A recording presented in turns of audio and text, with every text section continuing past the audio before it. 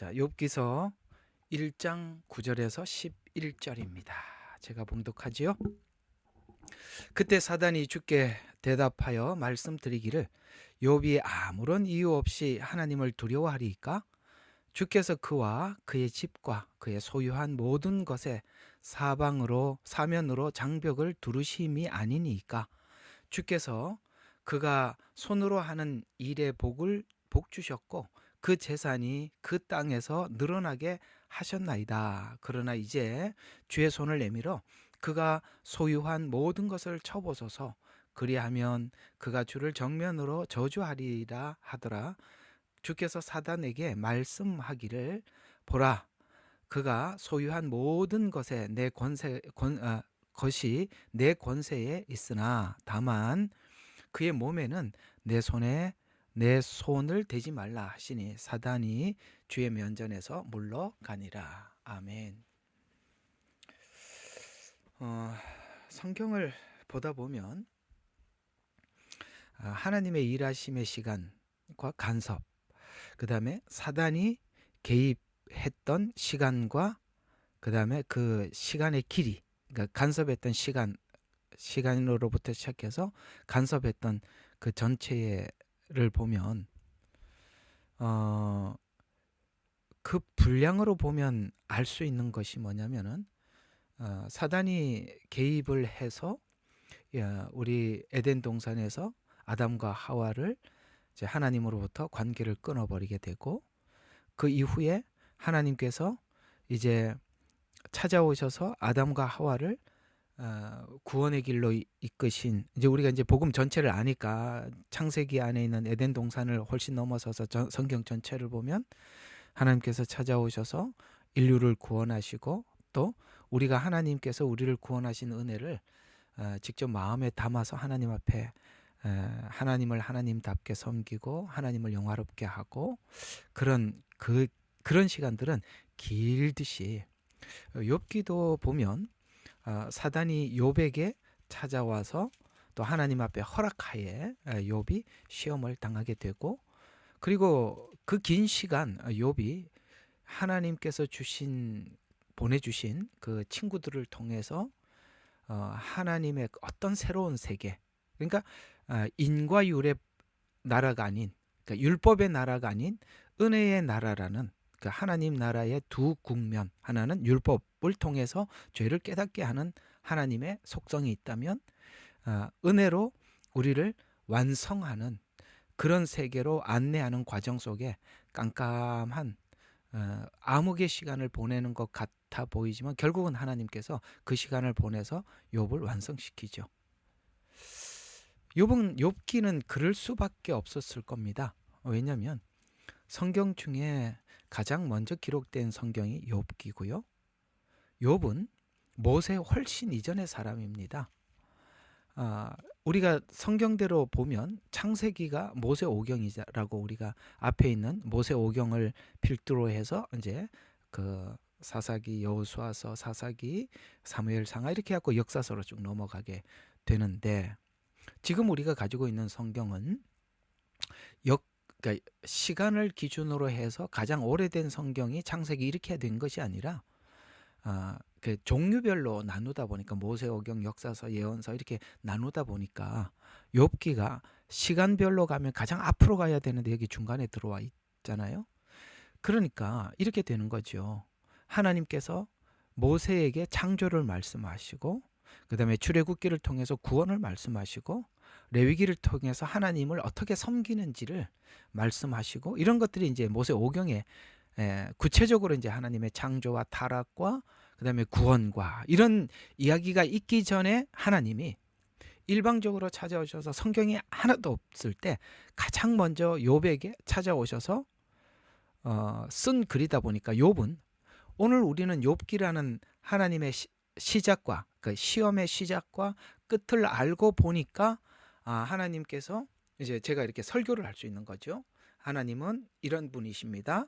그래서 우리의 어떤 우리가 하나님 앞에 해결해야 될 문제 때문에 우리를 이렇게 사단에게 어떤 일정한 영역을 허락해 주셔서 우리가 이제 어떤 과정을 지나면 결국은 욥의 결말을 본 것 같이 우리 하나님께서 시작한 어떤 일들, 여러분들에게 있는 어떤 일들은 결국 하나님께서 시작하셔서 욥기의 결과와 같이 이런 아름다운 열매를 맺을 수 있습니다라고 제가 설명할 수 있는 것은 이미 검증된 욥기라는 성경이라는 욥기만 가지고 있는 것이 아니라 하나님의 긴 역사를 통해서 이스라엘을 통해 말씀하셨고 또 신약을 통해서 말씀하신 이게 있으니까 제가 마음껏 이렇게 여러분들에게 이 분야 저 분야를 이렇게 넘나들어 가면서 설명을 해줄 수가 있다는 거죠. 근데 욥은 그 당시에 아무것도 몰랐잖아요.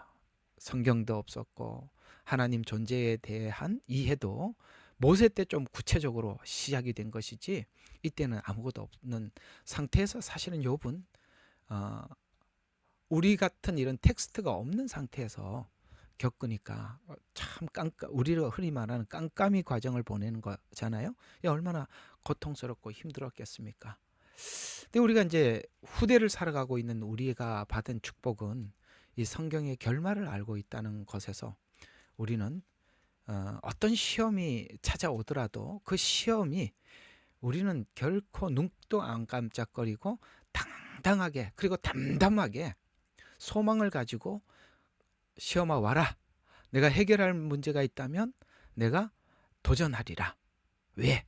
결말을 내가 알고 있으니까. 이제 이렇게 담대하게 된 건 우리가 성경이 있기 때문에 그렇죠. 그래서 오늘은 이 내용을 좀 주제로 여러분들과 함께 욥의 인내, 그 긴 시간과 그 결말을 우리가 안다면 우리 각자에게 하나님께서 주신 저번 주에 이제 야고보서에서 제가 시험에 대해서 좀 말씀을 드렸습니다만 어쨌든 하나님께서 사단에게 내어 주어서 욥에게 어떤 일을 하시기 위해서 시작한 거 아니겠습니까? 근데 우리는 그 단어를 그냥 시험이라고 하니까 이 시험을 주셨을 때 우리가 과연 인내할 것인가 아니면 이 시험으로 인해서 두려워하겠느냐라는 이런 질문과 함께 오늘 이야기를 한번 열어보려고 하는 것입니다.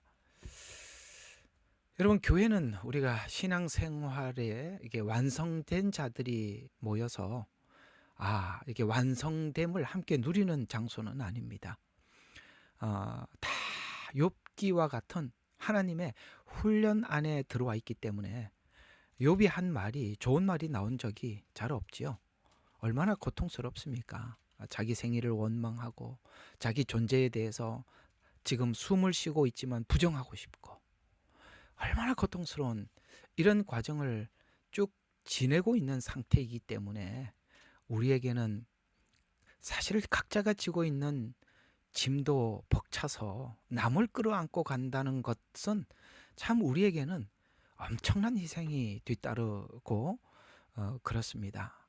이건 여기에 이 방 안에 누가 완성된 자가 미완성된 사람을 끌어가는 것이 아니라 완성돼서가 아니라 경험해 본 사람이 뒤에 어떤 상태에서 어떤 상황에서 사람들이 오는지 보니까 그저 권면해 주는 거지 나는 완성됐으니까 이렇게 해봐 라고 이야기할 사람이 여기 아무도 없다는 것이죠.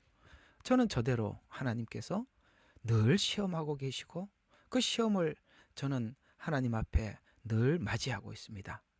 여러분도 각자 수준에서 여러분의 그러니까 신앙의 수준에 맞는 만큼 하나님께서는 각자의 시험을 달아보시고 그래서 어떤 형제가 어려움을 당했을 때 각자가 너희는 온유한 마음으로 그 연약한 형제를 돌아보고 이런 말씀들을 우리가 어떤 연약한 형제를 봤을 때 그 말씀을 떠올리느냐 적용을 하느냐 이런 하나님께서 늘 바라보시고 그래 이번에는 실패했느냐 그러면 다음에는 그렇게 하지 말라라고 하나님께서 우리에게 회개하게 하고 돌이키게 하고 이러는 과정 속에서 우리는 지금 멋진 하나님께서 작품으로 만들어가는 과정 속에 있겠죠.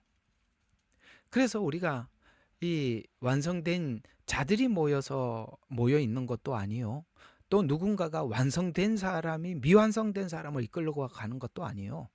우리가 각자가 크고 작은 시험을 겪으면서 어떤 사람이 이미 겪어본 사람들이 주는 어떤 권면 이런 것들이 우리가 힘이 되고 은혜가 되고 에너지가 돼서 어떤 또 과정을 넘어가고 이런 우리들이 여기 모여 있는 곳이 하나님께서 세우신 교회이고, 교회는 바로 그런 역할을 하고 있는 것입니다. 그래서 교회에서 끝없이 나와 다른 성향의 사람들을 하나님 보내주셔서 또 만나게 하시고, 내 안에서 나도 알지 못했던 것들을 발견하고 찾아서, 그때 우리가 느끼는 감정이, 아, 내가 하나님의 목적과 다른 것을 내 안에 가득 담고 있었구나 라는 것을 하나님은 여러분들이 다니고 있는 교회, 가정, 직장, 그 다음에 주변에 있는 알지 못하는 사람들을 늘 만나게 하면서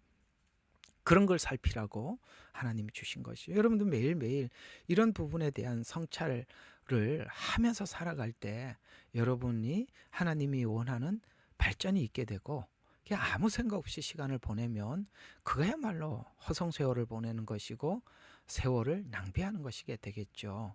세월을 아끼라 때가 악하니라 라고 말씀을 하셨는데, 우리가 그런 생각을 하지 않고 살아가면 그냥 예배 와서 잠깐 이렇게 감동받고 은혜 받을 수는 있어도 여러분과 하나님과의 인격적인 깊은 믿음과 만남에는 거리가 멀 수도 있다는 것.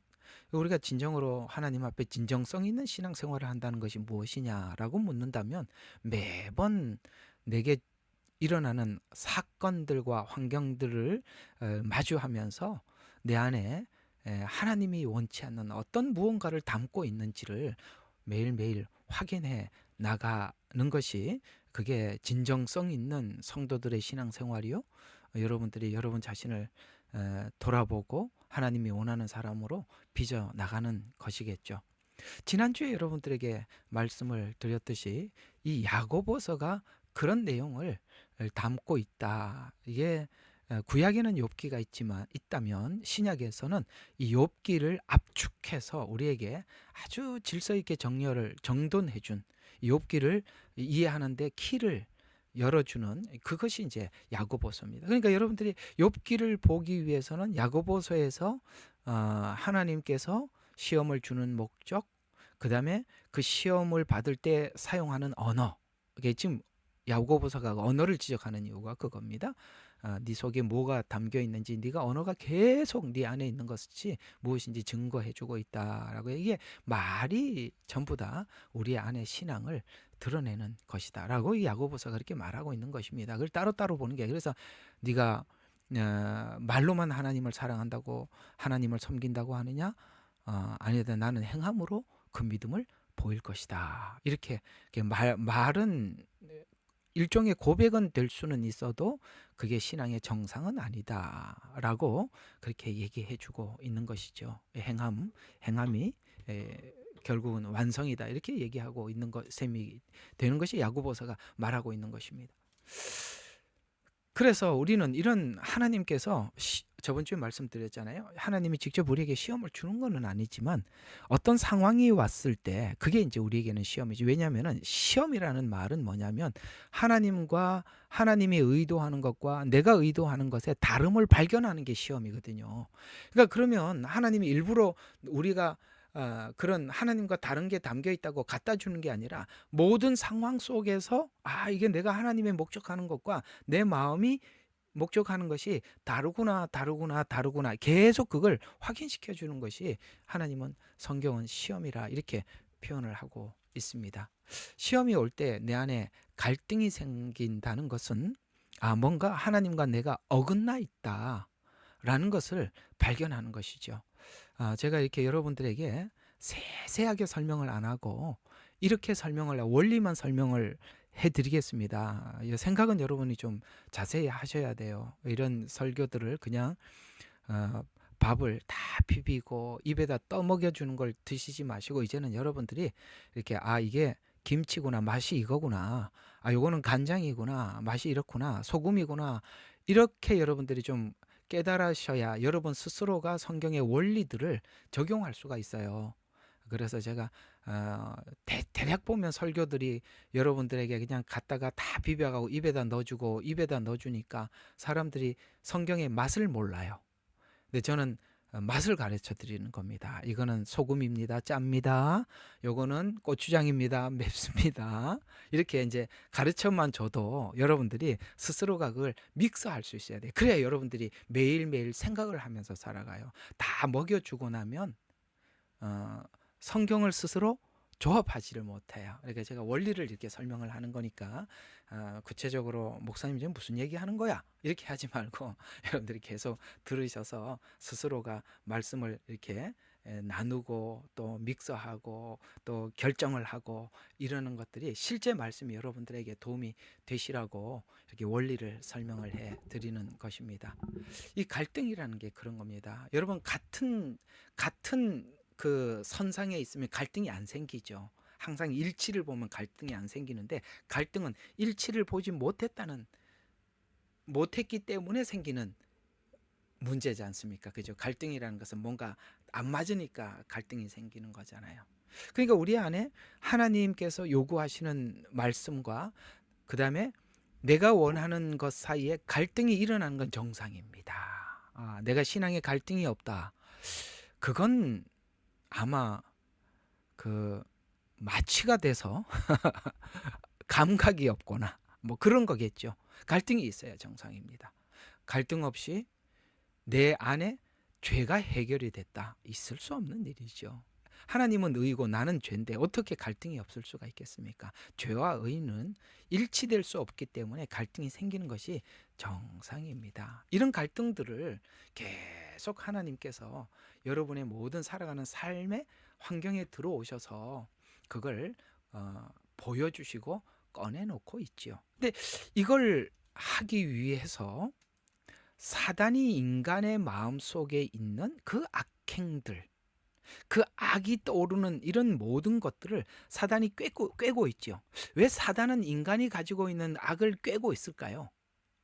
자기가 악의 주체니까 그렇습니다. 이상하죠? 도둑놈은 도둑놈을 알아보고 사기꾼은 사기꾼의 말을 알아들어요. 왜요? 같은 직업을 가지고 있으니까, 같은 짓을 하고 있으니까. 전 이제 저 사모님하고 이렇게 같이 가서 여러 사람들을 만나서 이야기를 하고 돌아오면 저는 남자들의 이야기를 잘 알아듣습니다. 제가 남자니까. 남자들이 이렇게 말을 했을 때는 남자들이 기본기가 있으니까 이렇게 말을 하는 것이다. 우리 사모님은 남자들의 이야기를 잘 못 알아들어요. 반대로 저는 여자들의 이야기를 못 알아듣겠더라고요. 이 남자들은 언어로 말을 하고 여성분들은 감정으로 말을 하니까 그 말은 그냥 언어로 알아듣고 왔는데 여성들은 이제 그 안에 있는 감정을 읽어서 설명을 하더라고요. 이게 남자들은 눈치를 못 채죠. 성향이 같아야 알아듣거든요. 다르면 알아들을 수 없어요. 사단은 악을 만들고 인간에게 악을 심고 악을 행하도록 조장하는 존재이기 때문에 인간이 무엇을 목적해서 악을 담고 있는지 그 악이 어느 방향으로 가는지 너무 잘 알고 있어서 오늘 사단이 하나님께 고발을 하는데 이런 고발을 하는 걸 보세요. 1장 9절을 보세요. 자, 그때 사단이 주께 대답하여 말씀드리기를 욥이 아무런 이유 없이 하나님을 두려워하리까. 이유 없이. 이게 빨간 줄을 쳐 놓으십시오. 이유 없이. 사단은 우리가 하나님을 섬기는 이유를 줘서 하나님을 섬기게 해요. 이게 무슨 말이냐? 여러분들 다 하나님을 믿는 이유가 있어서 믿는데, 목사님 제가 왜 하나님을 믿는 이유 없이 믿겠습니까? 라고 하는데 이상하게 사단은 이렇게 고발을 하는데 그게 참 이상하죠. 나도 이유 있어서 예수를 믿는데 사단은 욥에게 하나님께 욥을 고발하기를 이유 없이 하나님을 두려워. 이게 이제 여기는 두려워한다는 말로 나와 있지만 원래는 경외라는 말이 오라요. 하나님을 경외하는 게 이유가 없어서 이유 없이 하는 게 아니라 어떤 이유를 가지고 하나님을 경외한다고 이렇게 고발을 하고 있어요. 근데 여러분 한번 물어볼게요. 여러분 왜 하나님을 사랑하고 경외하고 믿고 따라옵니까? 구원받으려고요? 그것도 이유가 됩니다. 이상하죠? 그게 이유가 됐는데 부작용이 많죠. 왜? 천국 가려고 예수를 믿으니 조건이 많이 붙어. 그게 이유예요. 그래서 제가 예수를 믿어도 구원받으려고 믿는다라는 말은 문제가 많다고 했죠. 구원받으려고 믿으려고 그러니까 구원받으려고 믿다가 보니까 구원받기 위해서 뭐를 많이 하는 거예요. 하나님은 우리를 이유 없이 사랑했다고 해요.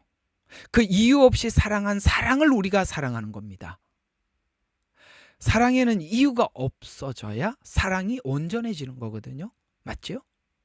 제가 우리 청년들을 한번 그 방에 들어가서 이런 이야기를 했어요.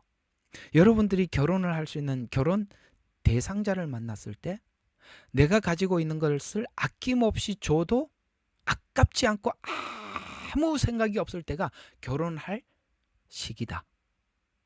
나는 결혼 대상자는 이러해야 하고 최소한 이러해야 된다 조건을 가지면 그 조건이 없어질 때까지 만나서 싸울 겁니다. 그렇죠? 하나님 우리에게 조건 없이 찾아오셨어요. 근데 우리는 자꾸 하나님 앞에 조건을 걸어. 저 예수 믿었으니까 천국 보내주셔야 됩니다. 저 탈락시키지 마세요. 저 하나님 앞에 헌금했는데 약속대로 주세요. 전 교회를 위해서 이렇게 일했는데 하나님 주세요. 라는 이런 조건들이 붙어 있을 때부터 조건이 붙어지기 시작하는 순간 사랑에는 금이 가고 자, 잠깐만요. 여기 보면은 사단은 뭔가 우리가 하나님을 믿는데 자꾸 이유를 걸어 놓으려고 해요. 이유를 걸어 놓으려고 해요. 이게 말 들리는지 모르겠습니다. 지금도 뭔가가 좀 애매해 보이는데요. 괜찮으신가요? 괜찮습니까? 아이고, 예, 고맙습니다. 자꾸 이유를 걸어놔요. 우리는 가장 이유 없음이 그저 나는 구원받기 위해서 예수를 믿는다. 뭐 그 외에는 다른 욕심이 없습니다. 라는 게 이유가 돼서 계속 그게 문제를 일으키고 우리로 하여금 뭔가 복음에 대한 오해를 하게 하거나 그렇게 만들어 가고 있다는 것이죠. 거기다가 덧붙여 버리면 정말 곤란하죠. 그 이유들이 여러분과 제게 뭐가 있을까요? 여러분 예수님을 믿는데 예수님을 믿는 이유들이 뭔지 한번 점검해 보시겠어요? 오늘 여기 이상한 말을 하고 있잖아요. 욥이 아무런 이유 없이 하나님을 경외하리이까?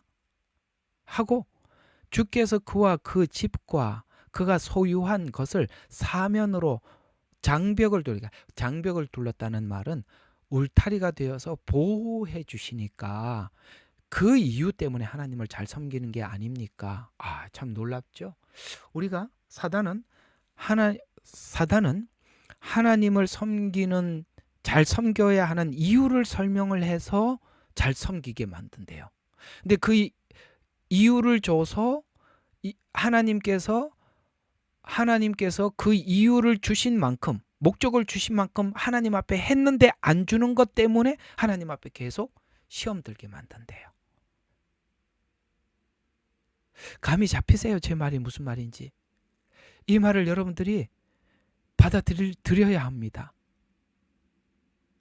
누가 잘 들리면 아멘이라도 해보시죠. 제가 지금 혹시 이게 멈췄나 말이 나가나? 예, 그럼 됐습니다. 내가 이제 안 들리는 줄 알았습니다. 그러니까 우리가 한번 신앙생활을 했던 그 과정들을 한번 쭉 생각해봐요. 하나님, 제 병을 고쳐주시면 잘 믿겠습니다. 제가 이렇게 어려움에 처해져 있습니다. 이걸 하나님께 해결해 주시면 그 다음에 하나님 앞에 이렇게 하겠습니다. 이거 가지고 평생 가는 거죠. 그건 이유 없이 찾아오신 사랑과 나는 하나님 앞에 나갈 때 어떤 이유를 가지고 나가는 하나님이 찾아오셨던 방식과 내가 주님을 찾는 방법이 너무 달라. 그걸 하나님께서 여러 가지 환경을 통해서 그 이유를 하나님이 오늘 여기 보면 이렇게 이야기하고 있어요. 자, 장벽을 두르심이 아닙니까? 주께서 그의 손으로 하는 일에 복을 주셨고, 네가 하나님 앞에 자기가 한 만큼 하나님께서 복을 주셨기 때문에 하나님을 섬긴다는 거예요. 그러니까 어떤 이유가 뭐예요? 하는 일에 복을 주셨고라고 했으니까 하나님이 뭘 허락했냐면 그가 가지고 있는 소유를 네가 다 가지고 가봐라라고 한 겁니다. 그러니까 네가 욥에게 줬던 이유를 다 뺏어봐라. 그걸 뺏어도 결국에는 욥이 힘들어가지고 만 내가 하나님 저를 왜 태어나게 했습니까? 제가 왜 어머니 젖을 빨게 해갖고 지금 숨이 붙어갖고 이 고생합니까? 라는 말을 할지라도 그렇게 말을 할지라도 욥은 하나님을 믿는 믿음으로 42장까지 갈 거를 알고 하나님은 욥에게 그걸 내준 거거든요. 허락한 거거든요. 하나님께서 저와 여러분의 생애 속에 들어오셔서 하는 일이 뭐냐면 하나님을 섬기는 이유들을 하나님께서 뺏어, 네가 교회에 봉사하는 이유를 뺏어, 그냥 어느 날 확 뺏어가지고 자존심을 확 밟아. 나 하지 마. 이렇게 해도 어떻게 하나 하고 하나님 보는 거죠. 자존심의 스크래치를 탁 가게 해.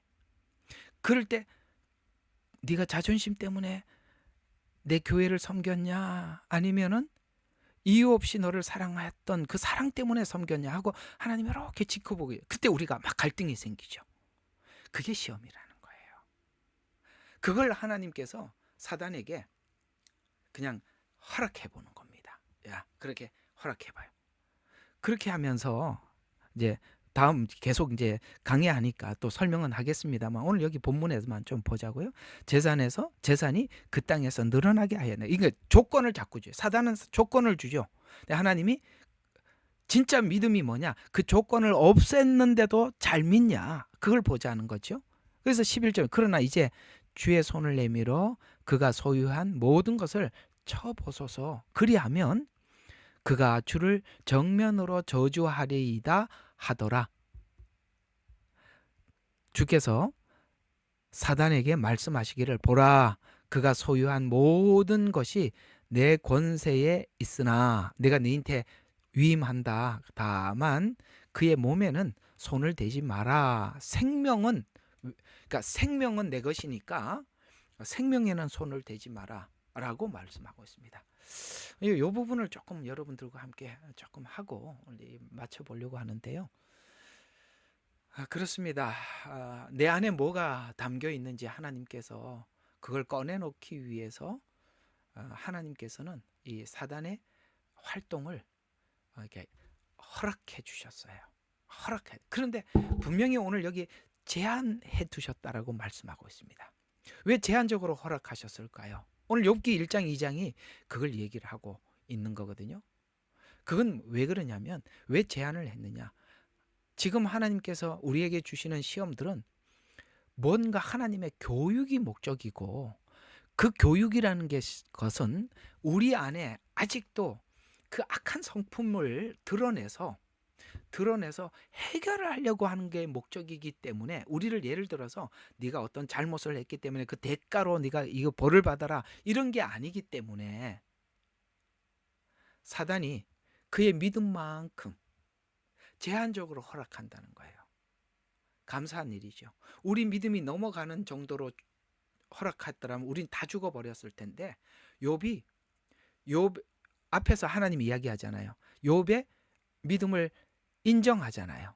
1장 8절을 보세요. 주께서 사단에게 말씀하시기를 너는 내 종 욥을 유의해 보았느냐? 세상에 그와 같은 사람은 아무도 없나니 그는 온전하고 정직한 사람으로 하나님을 경외하고 악을 피하는 자라 라고 하나님이 인정을 하셨다는 거예요. 그러니까 이 무슨 말이냐? 우리가 지금 욥이 이렇게 말도 안 되는 하나님 앞에 막 진짜 좀 뭐죠? 진짜 하나님 마음 아픈 이야기만 하고 있는데 그 말을 하더라도 그가 하나님이 주신 이 과정을 지나갈 만한 믿음이 있음을 알고 주신 거예요. 그렇게 보면 여러분이 지금 당하고 있는 모든 시험들은 여러분 모두가 그 무게가 무겁게 느껴진다 할지라도 하나님은 여러분의 믿음이 그걸 할 만큼 주신 거예요. 근데 이게 또 있어요.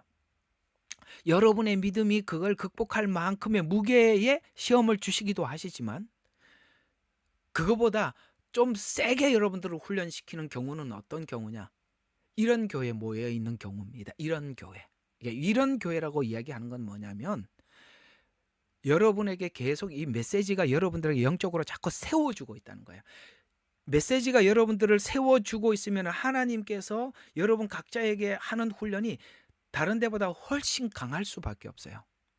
보통 보면은 이런 원리들을 설명을 정말 장시간 가서 한 가지 깨닫고 긴 시간 가서 한 가지 깨달으면 그 시간이 굉장히 오래 걸리는데 이 메시지가 여러분들의 삶에 직접 예를 들어서 여러분들이 내가 오늘 엊그제 이런 내용을 묵상하고 있었는데 하나님께서 목사님이 입을 통해서 계속 전달하더라. 얼마 전에 고민했던 게 이게 풀어지더라. 이게 계속 일어나는 상황은 여러분들이 하나님이 막 그야말로 세탁기에다 넣고 그냥 그 빨래를 빙빙 이렇게 돌리는 게 아니라 탈수를 하는 겁니다. 막 세게 돌리는 거예요. 막 계속 하나님께서 여러분들에게 은혜를 막 그냥 막 쏟아 부어 줘가면서 막 쉽게 말해서 훈련소에서 뭐 엄청나게 굴리는 거거든요. 그렇기 때문에 하나님 계속 답을 주고 또 현장은 극박하고 또 답을 주고 현장은 극박하고 이런 상황들이 계속 일어나는 이유는 아마도 여러분들에게 하나님의 목적하신 바가 있겠죠. 그건 지금 다 알 수는 없지만 시간이 지나 보면 그래서 우리가 이렇게 강한 훈련을 했구나, 특공대 훈련을 했구나, 뭐 이런 것도 훗날 알게 되겠습니다만 그러나 그건 또 사실입니다. 이런 그 메시지를 통해서 여러분이 답을 얻지 못하는 곳에서는 그 시간이 길 수밖에 없어요. 왜 하나하나 깨우치는데 엄청 긴 시간이 필요하지만 계속 여러분의 생활 속에서 하나님이 답을 주시고 메시지를 줄 때는 그건 뭔가 하나님 앞에 엄청난 목적을 가지고 하나님 주신 거거든요. 그래서 분명히 사단에게 이렇게 허락한 것은 교육이 목적이고 우리 안에 있는 죄의 문제를 해결하는 것이 목적이기 때문에 그렇습니다. 그래서 이 사단의 활동을 통해서 자기 속에 내가 알지 못했던 어떤 것들이 이렇게 드러나는 것을 보게 하죠. 나는 뭔가 다 완성이 된 줄 알았는데 우리가 상황이 이렇게 여유가 없어지면 내가 이렇게 빡빡해지면 이렇게 표현하면 좋겠죠. 빡빡하고 여유가 없어지면 내 본성이 나오잖아요. 본성이 나온단 말이죠. 그러니까 그런 것을 통해서 내 자유의지가 어디를 향해서 가는지를 내가 거울로 보게 되는 거예요. 내가 지금 멀었구나. 내가 여유로워서 사람들에게 넉넉하게 대해준 거구나. 내가 하나님께서 이렇게 훈련을 하고 몰아붙이니까 내가 가졌던 옛날에 그 사람들이 내가 항상 뭐 급하고 막 이렇게 빡빡할 때 막 나왔던 그 우리가 각자 있잖아요. 그 못된 성품들이 해결이 안 됐구나. 이런 걸 하나님께서 보여주려고 그렇게 하시는 거거든요. 그렇기 때문에 결국에는 우리가 이런 문제를 통해서 하나님 우리에게 뭔가를 중요한 걸 해결하고 싶어서 그러는 거거든요. 그러면 이 시험을 우리가 지나가면 결국 이제 42장까지 가면 욥이 뭔가를 중요한 부분들을 해결하게 되는데요. 거기 가보면 하나님의 주권을 받아들입니다. 그리고 하나님과 자기 위치가 어떤 관계인지 관계를 알게 돼요. 관계. 이게 참 중요한 거예요. 어제 제가 말씀드리면서 하나님을 알되 하나님을 영화롭게 하지 아니하고 이렇게 말했던 그 영화가 뭐라 그랬죠? 하나님을 하나님답게 섬기지 않는. 우리 아까 집사님 기도합시다. 하나님이 보이지 않는. 그렇죠. 보이지 않으니까 무시하고 보이지 않으니까 함부로 해도 되고 보이지 않으니까 하나님이 기뻐하는 일을 하든 말든 아무 상관없이 살았던 내 모습들을 아주 적나라하게 드러내 준다는 것이죠. 주권을 믿지 못하니까 지금 현재 상황이 왜 지금 우리나라가 이 모양이 됐다, 큰일 났다, 내 통장에 돈은 어쩌게 하나, 우리나라가 저 앞으로 저렇게 되면 어쩌냐, 주권을 못 믿으니까 그걸 자꾸 거기에 작은 사소한 일에 매달리는 거야. 하나님의 큰 주권 안에서. 그러니까 우리가 제일 중요한 것은 이렇게 되든 저렇게 되든 하나님의 주권을 믿으면 흔들림이 없는데, 주권을 믿지 못하니까 내 마음속에 약간만 내가 생각하고 의도한 대로 가지 않으면 두려움이 밀려오는 거예요. 근데 주권을 믿으면 모든 상황 속에서도 하나님께서 이유가 있어서 이런 상황을 허락하시는구나. 이 주권을 믿으면, 여러분들이 지금 여기 있는 분들 중도 이게 막 그냥 지금 뭐 이렇대요 저렇대요, 나라가 이 모양이 돼요 저 모양이 돼요, 이렇게 고맙습니다 올려주셔서 감사한데, 거기에 너무 바들바들 떨지 말라는 거예요. 제발 바들바들 떨지 말고 하나님의 주권을 믿어야 해. 그래야 우리가 이런 상황을 딛고 세상을 보는 거지. 안 그러면 그 상황 아래서 헤매게 된단 말이죠. 하나님 그걸 넘어서라는 거죠. 그리고 자유의지를 하나님이 기뻐하는 대로 사용하기 위해서 지금 사단에게 지금 욥을 허락하고 있는 겁니다. 자유인을 만들어 주려고. 성경은 그랬잖아요. 선을 알 적에 진리를 알지니 그다음에 진리가 너희를 자유케 하리라. 자유를 주려고 하는 거란 말이죠. 결국은 42장 가면 그렇게 될 겁니다. 그러기 위해서 하나님은 지금 사단에게 어떤 영역을 허락해 주었고, 그 허락해 준 영역 안에서 우리는 우리의 죄됨을 보고 아직도 해결하지 못한 어떤 죄의 속성들을 우리가 낱낱이 아주 그냥 적나라하게 하나님께서 드러내 주시는 것입니다. 하나님께서 만약에 이 일을 하고 있으니 감사한 일이지, 우리가 그 일을 하지 않았더라면 우리가 죄 가운데 살다가 죄에 묻어 살다가 주님 오시는 날 정말 아닙니다. 하나님께서는 우리를 정결케 하는 일을 시작하셨다는 것이, 여러분에게 예기치 않는 어떤 환난들이 내게 다가온다는 것은 하나님이 내 생애 속에 나를 일하고 계시는구나, 이렇게 생각을 하셔야죠. 그게 이제 우리가 욥기라는 성경을 가지고 있는 사람들의 하나님의 은혜를 받은 증거용 장점이기도 합니다. 자, 오늘은 여기까지만 여러분들에게 일단은 말씀을 좀 드렸습니다. 자, 정리를 좀 한번 해보겠습니다. 욥기가 우리에게 있다는 건 너무나도 감사한 일입니다. 왜요? 하나님이 어떤 방식으로 시작했고 사단에게 제한이라는 게 참 중요한 겁니다. 제한해서 허락했고, 더 나가서 우리가 각자가 그 믿음이 감수할 수 있는 영역 안에서 허락했고, 감사하지요. 그러니까 우리는 다들 그런 생각이, 내 믿음보다 훨씬 무거운 짐을 올려놨다라고 생각을 하는데, 아니요. 하나님은 그 각자가 담당할 수 있을 역량만큼 주셨어요. 근데 그게 왜 그렇게 힘들어 보이느냐?